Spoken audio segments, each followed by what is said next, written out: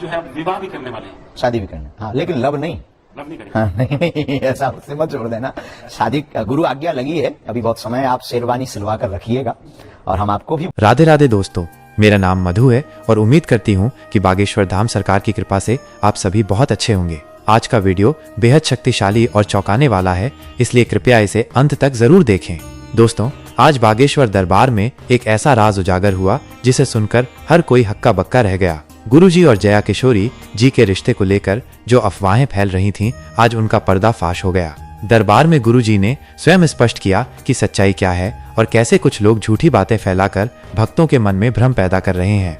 लेकिन रुको दोस्तों, क्योंकि अंत में गुरुजी ने एक ऐसा चमत्कार किया जिसे देखकर सबकी आंखें भर आईं और हर कोई जय बागेश्वर सरकार के नारे लगाने लगा। वीडियो अच्छा लगे तो लाइक करें, शेयर करें, चैनल को सब्सक्राइब करें और कमेंट में जय बागेश्वर बाबा लिखना ना भूलें। राधे राधे। आज जो बात मैं आपसे साझा करने जा रहा हूँ वो केवल एक खबर नहीं है, बल्कि उन लाखों भक्तों की भावनाओं से जुड़ी हुई एक सच्चाई है जो वर्षों से इन दो दिव्य व्यक्तित्वों जया किशोरी जी और बागेश्वर बाबा पंडित धीरेन्द्र कृष्ण शास्त्री जी को पूजते और मानते आ रहे हैं। लेकिन अब जो सामने आया है उसने कई भक्तों के दिल को तोड़ दिया है, कई को असमंजस में डाल दिया है, तो कुछ ऐसे भी हैं जिनकी श्रद्धा और भी गहरी हो गई है। पिछले कुछ वर्षों से जया किशोरी और बागेश्वर बाबा के बीच संबंधों को लेकर तरह तरह की अफवाहें फैलती रहीं।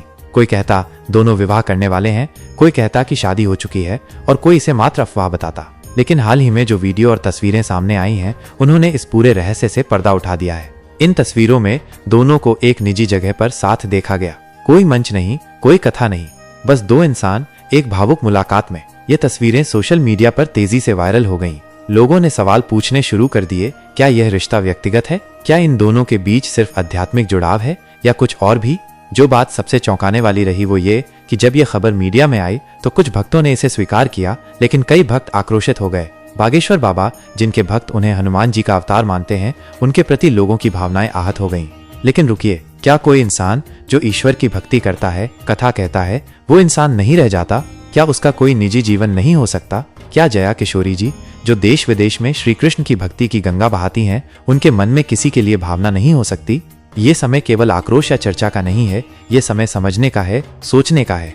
बाबा बागेश्वर, जिनका बचपन छतरपुर के एक सामान्य परिवार में बीता, जिनकी कथाओं से हजारों लोग अपने जीवन की राह खोजते हैं, वो भी एक इंसान है। कहते हैं उन्हें हनुमान जी की विशेष कृपा प्राप्त है। वो बिना किसी से कुछ पूछे पर्ची पर उनके मन की बात लिख देते हैं। उन्होंने कई लोगों के जीवन की दिशा बदल दी।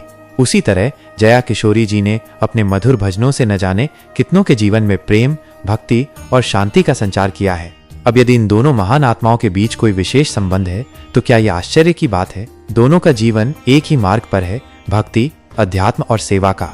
हमें ये नहीं भूलना चाहिए कि जब कोई भगवा पहन लेता है तो वो पत्थर नहीं बन जाता, उसके हृदय में भी भावनाएं होती हैं। तो क्या यह खबर सच में राज खुलने की है या ये उन दो आत्माओं की स्वाभाविक निकटता है जो वर्षों से एक ही ध्येय की साधना कर रही हैं? हमारा धर्म यही सिखाता है, पहले प्रेम फिर प्रश्न।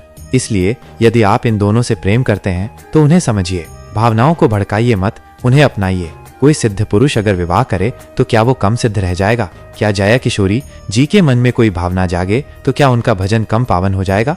नहीं, भक्ति का मर्म यही है, बिना शर्त प्रेम। और आज जब ये दो नाम फिर चर्चा में हैं, तो आइए इस चर्चा को विवाद नहीं, समर्पण का माध्यम बनाएं। राधे राधे।